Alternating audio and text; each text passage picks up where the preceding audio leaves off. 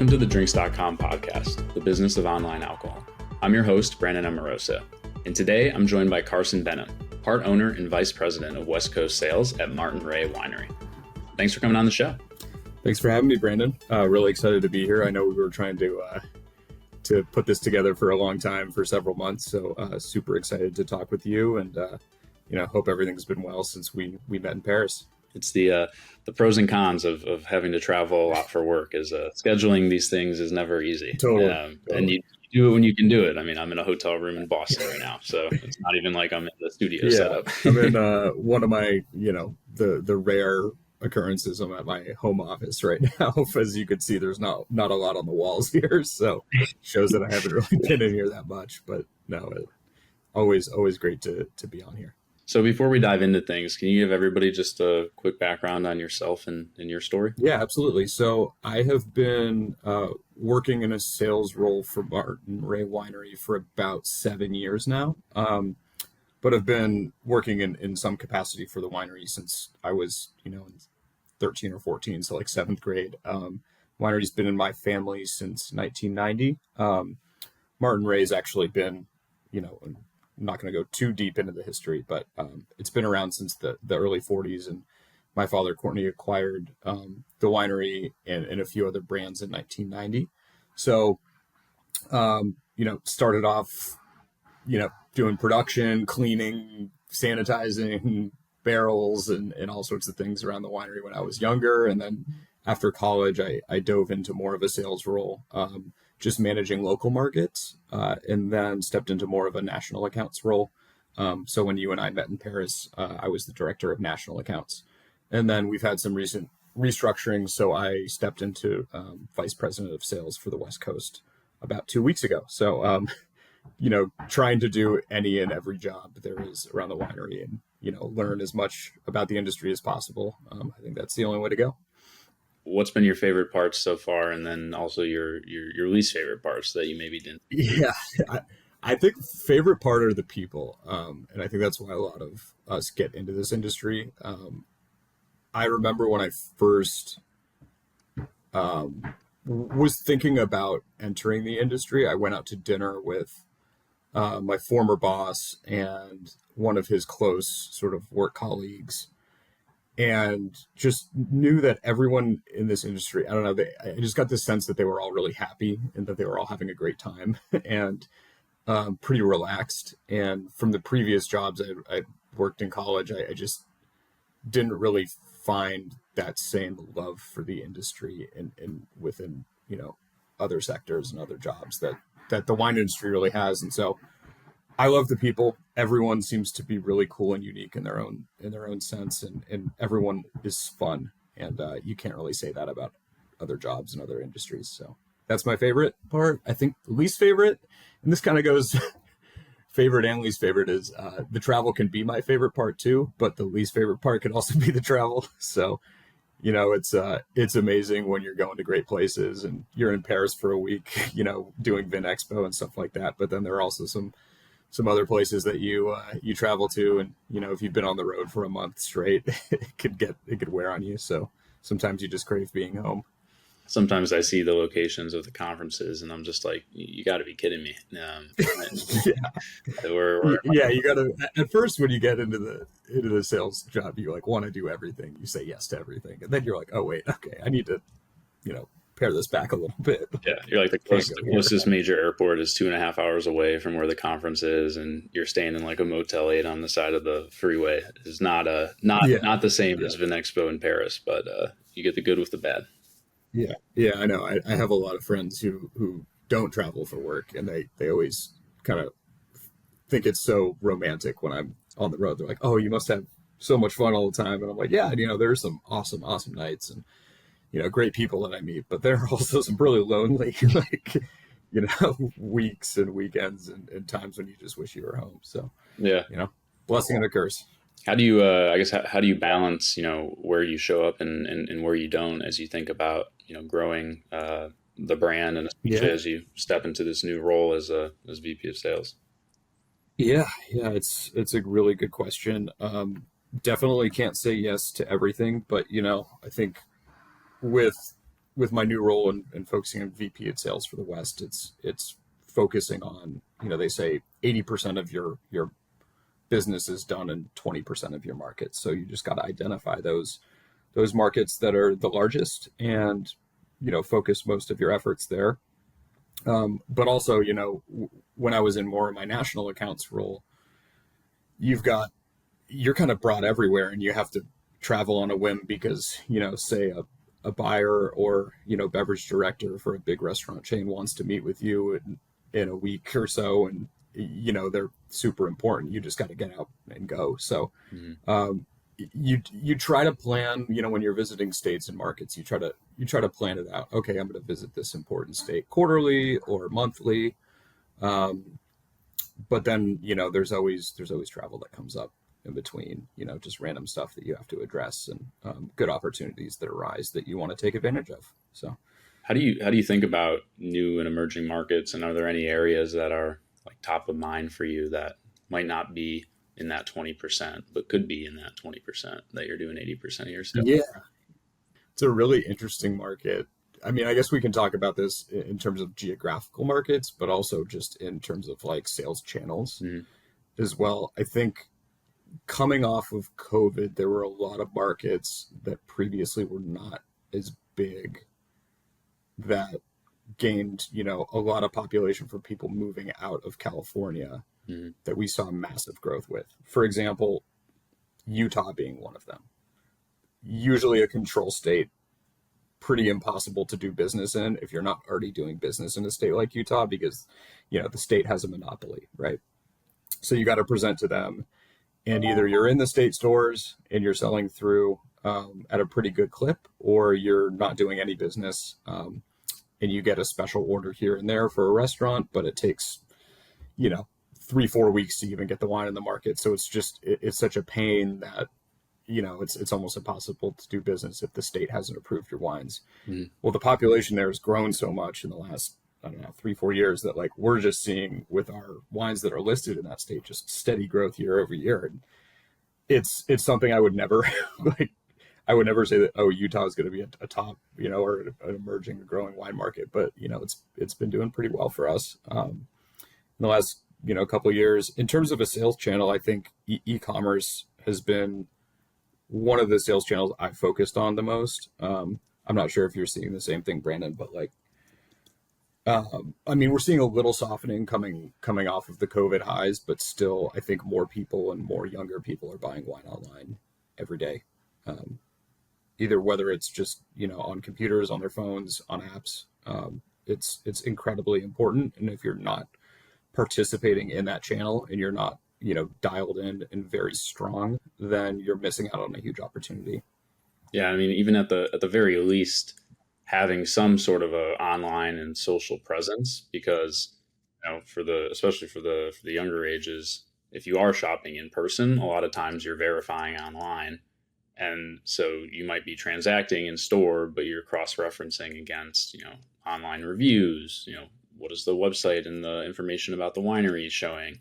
And so even if you don't have an e-com sales channel up on your own website, at least having that website, but I still meet some people who, they're almost non-existent online. And that is definitely not the future of where we're heading here. And especially as I feel like more and more up and coming brands are, really, really in a difficult position to get distribution through the through the 3-tier system. Totally. Because sort of it's the chicken and the egg problem, when it comes to dealing with them. And so to be able to go direct to consumer, build up that demand, show your sales and your traction, and then go to the 3-tier system, I think is really powerful for new startups as well. Yeah, there's been so much consolidation, in the last couple decades in the 3-tier system that if you're not an existing huge brand, or if you're not lucky enough to just get hot and become very popular, and usually that's with a lot of investment, then it's going to be very, very hard to succeed in the 3-tier system versus, 20, 30 years ago when, there were a lot more options out there for smaller wineries, for smaller spirits companies.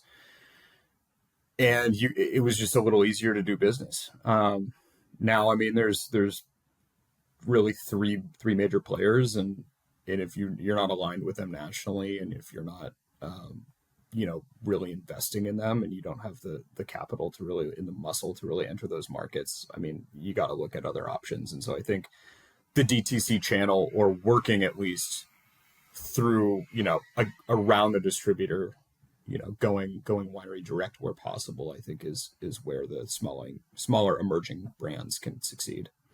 Where do you see the sort of the 3-tier system and its players heading?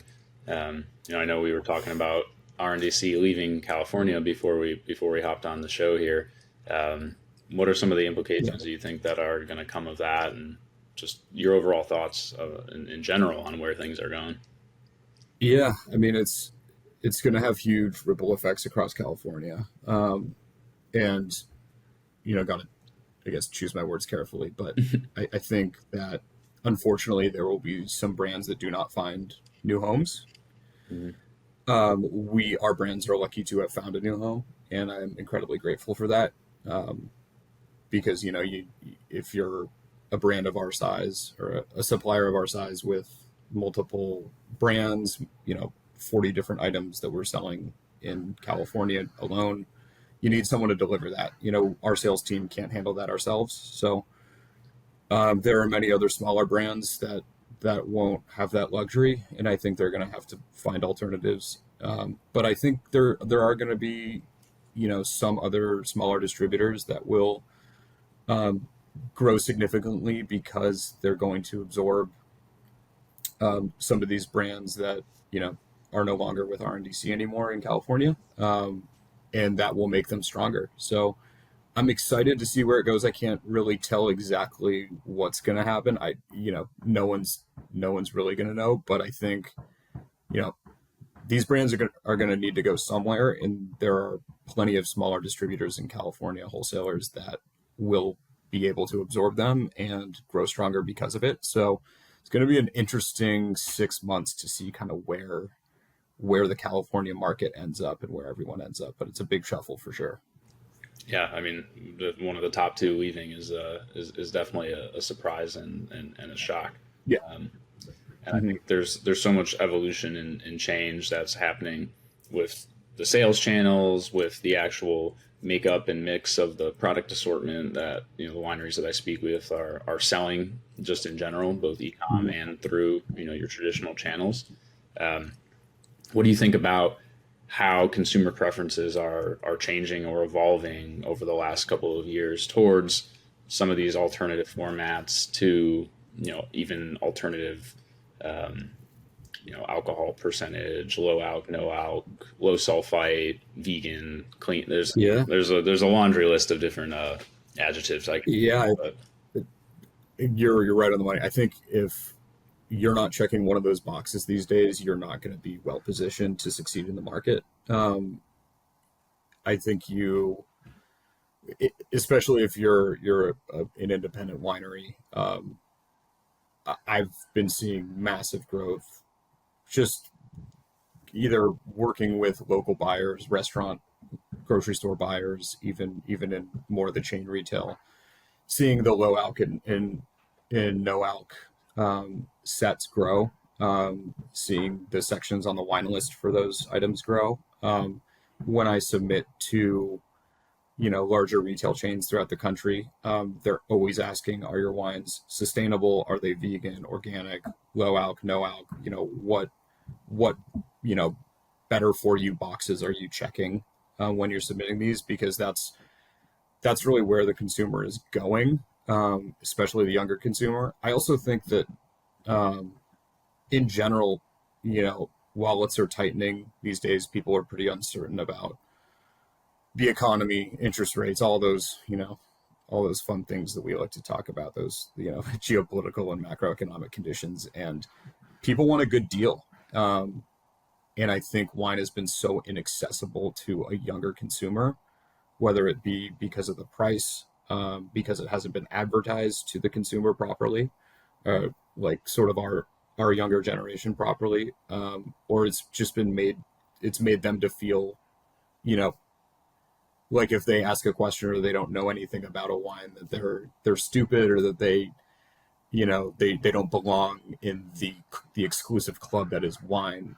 That's what I really don't like about the wine is it's one thing that upsets me is seeing how inaccessible wine has become. And I think we need to correct that and really do our best to reverse that trend and bring as many people into wine as possible, because that's what it's all about. You mentioned the younger generation and Mm-hmm. how the alcohol industry hasn't necessarily done a great job of connecting with them. What are some of the Mm-hmm. ways that you think, there are opportunities to be able to do a better job of bringing in those younger Yeah. consumers? Yeah. I mean, I think, a lot of people say, oh, we need to be more active on social. We need to partner with different influencers. We need to, really push heavily in those channels.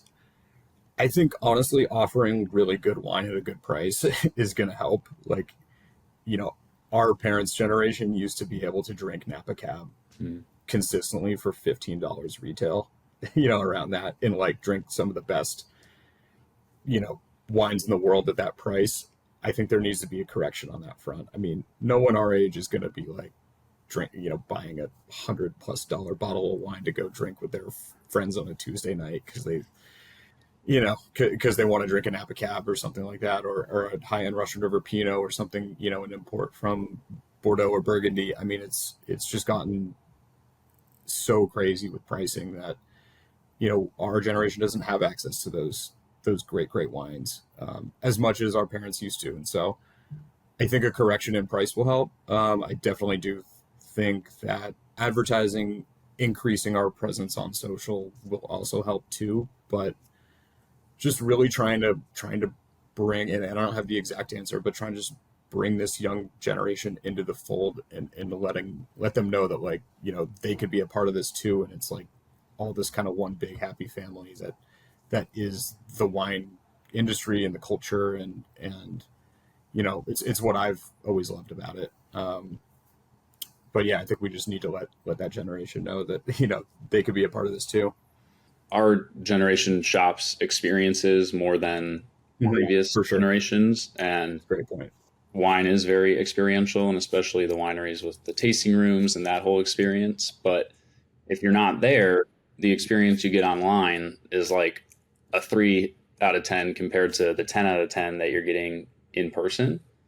And I see that as a huge opportunity for wineries to really invest in e-commerce and bringing that up to the level that their in-person experiences, because the vast majority of us Mhm. will probably never visit Napa, or maybe we'll get to once or twice. Yeah. But it's then, how do you continue to build and create that relationship with the consumer over time when it's just Hmm. not realistic that they're going to be showing up in Hmm. the tasting room?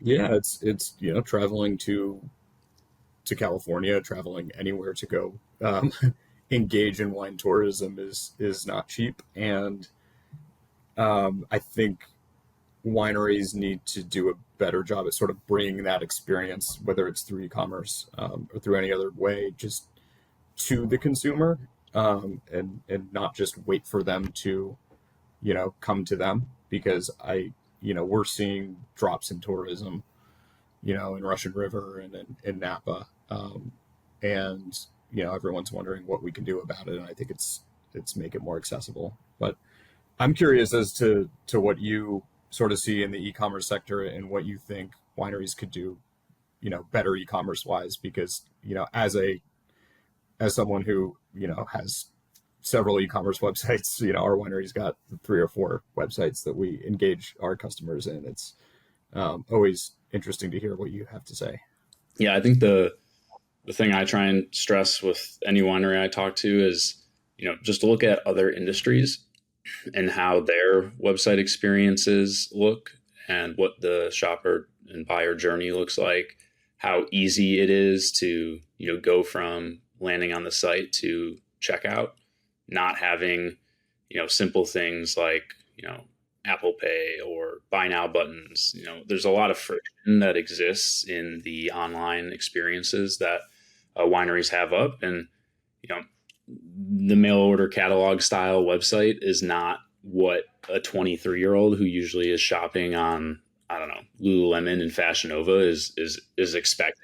And so then they get there, and that is not what the norm is. So look outside of the industry for tips and tricks and ways to build and create that experience, but also lean really heavily into the background and the story, because I think that's something that's pretty unique to a lot of the wineries, is that they have that history. I mean, you mentioned that Martin Ray's been around since the 1940s.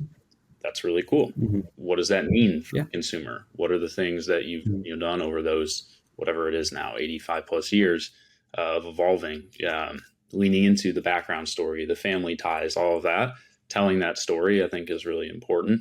And then making sure that you're not inhibiting customers from being able to make that purchase, that you're making it as seamless as possible for them. And then the last thing is just, e-com is a different animal when it comes to profit margins, and the way that you need to think about how you help customers build a basket.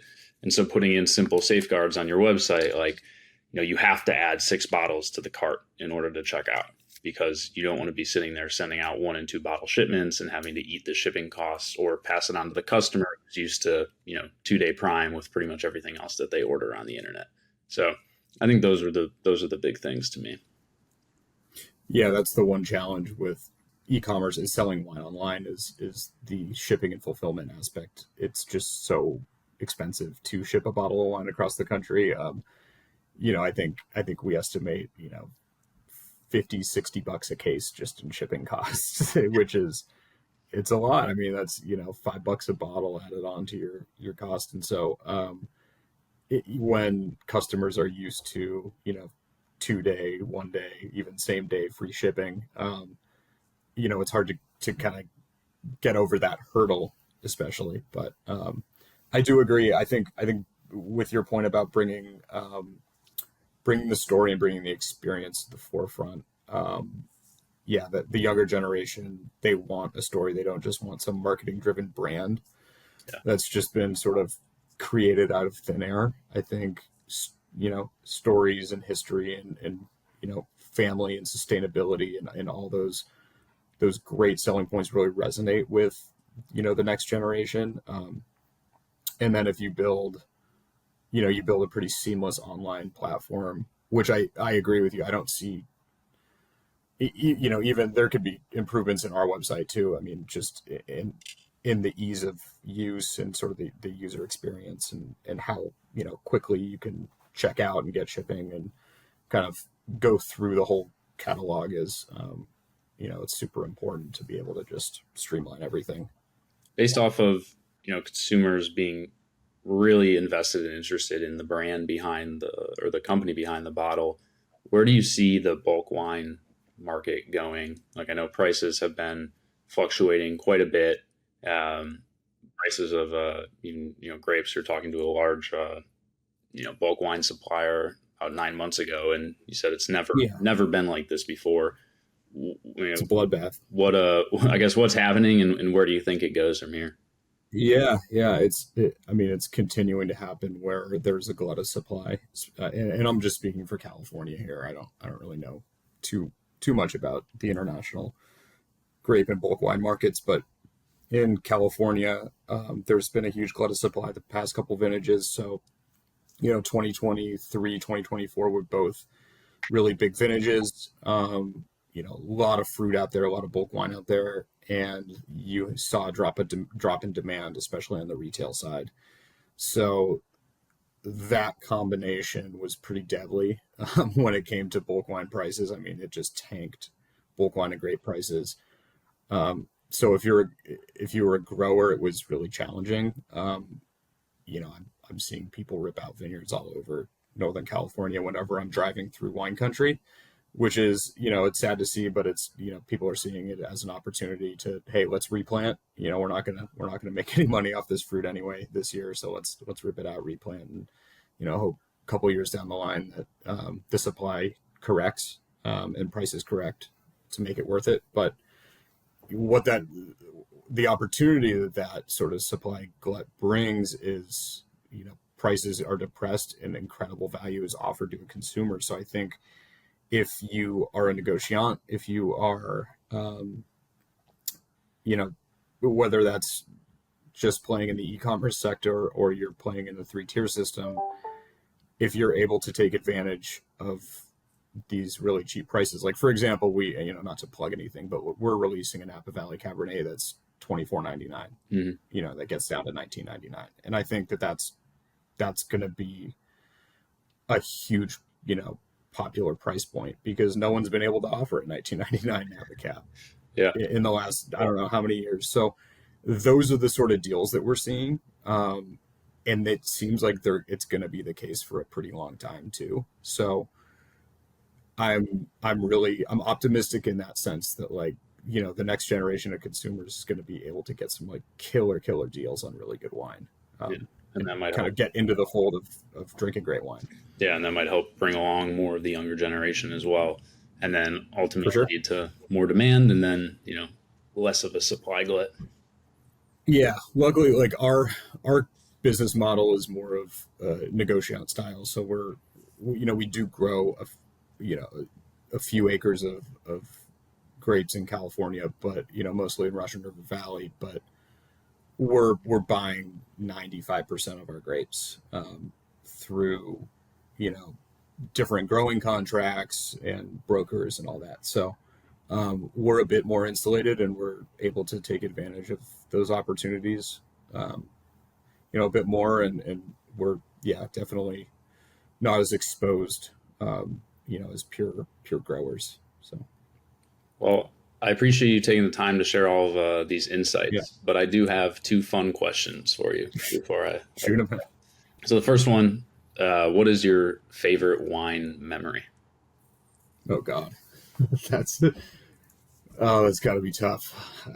I don't want to go recency bias, but okay. So this past weekend I was in Aspen for Food and Wine, one of my favorite weekend events. I get to catch up with a ton of different friends in the industry, partners, distributors, customers, people I've worked with for many years. And it's just, a beautiful weekend. So nice, warm nights, and you're in the mountains, and it's just the setting's incredible. And there's this hotel there called the Little Nell, and they have this restaurant there called Element 47, which has one of the most amazing wine lists I've ever seen. And we were having some dinner with a couple clients and drank a bottle of 1995 Chateau Lynch-Bage, and I was elated. I having a wine that's got 30 years old is pretty amazing, and a wine of that caliber too.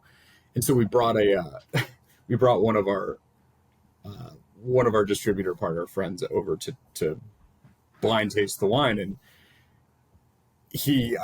I didn't realize he had a palate like this, but we showed him the wine. He took one guess. He said, "Is this a Rioja?" And we were like, "No." And then he proceeded to guess the exact wine. He said, "Is this a 1995 Chateau Lynch-Bage?"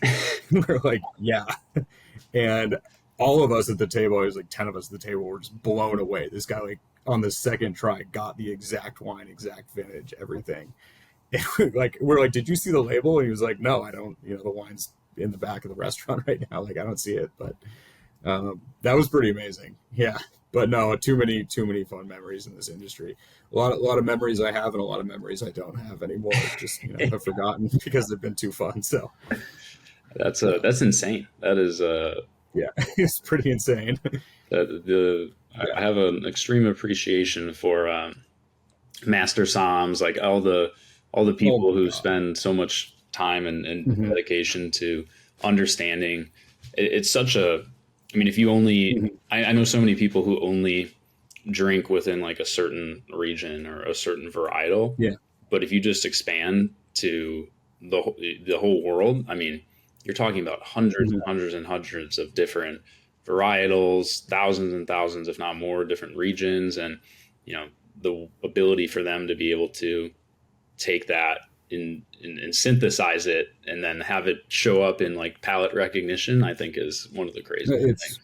Yeah, it's something, it's beyond fathomable for me, especially. And I've worked with and sold wine to, a couple master somms before. And whenever I meet with them, I don't talk, like I don't feel like I want to sell them wine. I just want to ask them questions and like pick their brain and taste wine with them, like taste the wine that they want to drink. I'll give them samples or whatever for them to taste. But I find it so fascinating when you just sit down and say, like, bring me the wine that you love to drink and talk to me about why you love it. And then, I mean, they're just such a wealth of knowledge, and it's truly insane, like how hard they work day in and day out to retain all that. It's, can't imagine. But well, second and last question, and then I'll let you go.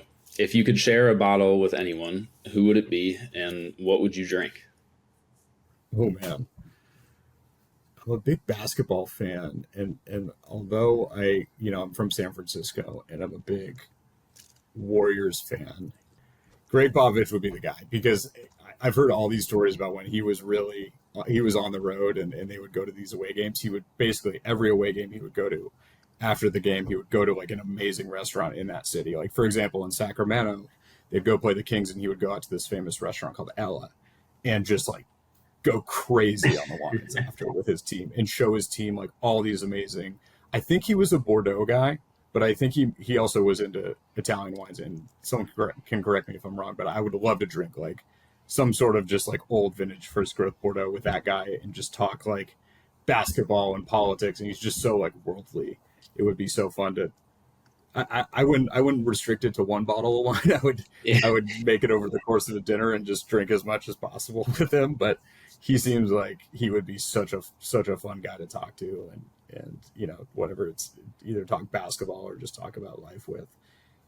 Yeah, you see all these NBA players who are really into wine now, specifically like California and Bordeaux, or Napa. And for Bordeaux. Sure, yeah. And I've heard Jimmy Butler's got a pretty crazy, he's a new addition to the Warriors, and he's got a pretty crazy collection of Sassicaia in his house. And so he'd be a fun guy to crack open a bottle of 88 Sassicaia with if I ever get that opportunity. Yeah, I got a lot of questions for him, that's for sure. Yeah. Well, listen, I really appreciate you coming on and sharing all these insights with us. This was fun. But before we hop, can you let everybody know where they can find more about you and Martin Ray online? Yeah, we've got a couple different brands and websites that you could reach us at. martinraywinery.com is our home website, and we have another brand called Angeline Vineyards, and you can find everything on the martinraywinery.com website there. We also have a fully dedicated e-commerce brand called De Negoce. That's DENEGOCE.com, and that's one singular brand where it's like one big treasure hunt. We source all these awesome wines, bulk wine and grapes, and produce everything out of our winery and only sell at e-commerce focus. So it's entirely direct to consumer.